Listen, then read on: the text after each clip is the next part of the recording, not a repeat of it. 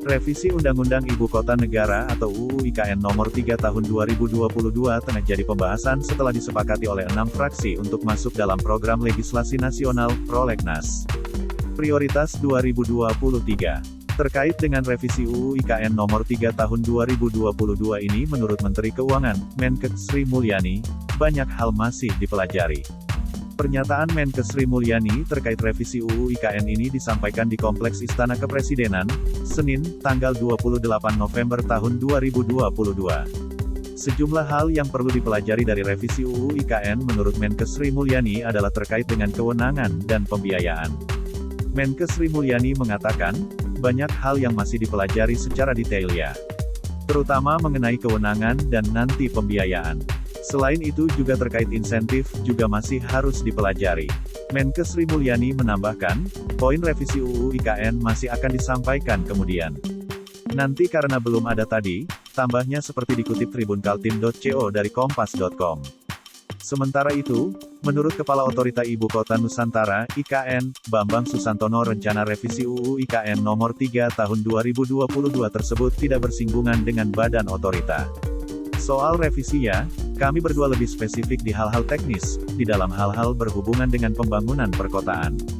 Sehingga ada tim lain yang nanti akan tangani hal itu, ujar Bambang Susantono di Kompleks Istana Kepresidenan, Senin, tanggal 28 November tahun 2022. Saat disinggung lebih lanjut soal apakah sudah diberitahu dampak revisi terhadap anggaran, Bambang menyatakan masih terlalu dini untuk membahasnya. Bambang menekankan, badan otorita ingin agar perkembangan di lapangan menjadi pertimbangan untuk melaksanakan revisi UU IKN ke depannya.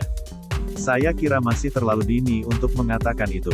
Tapi kita ingin apa yang kita temukan di lapangan itu akan menjadi pertimbangan bagi pelaksanaan atau revisi UU ke depan sehingga ini lebih gampang diwujudkan, tambah dia.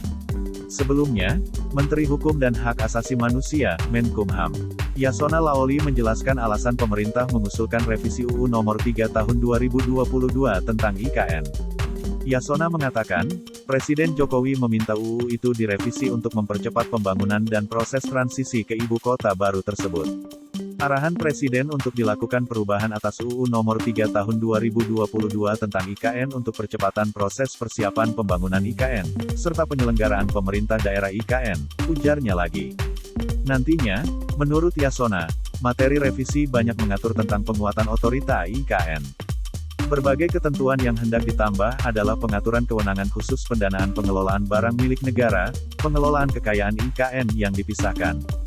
Kemudian, pembiayaan, kemudahan berusaha fasilitas penanaman modal, dan ketentuan hak atas tanah yang progresif. Dan adanya jaminan kelangsungan untuk keseluruhan pembangunan IKN, kata Yasona.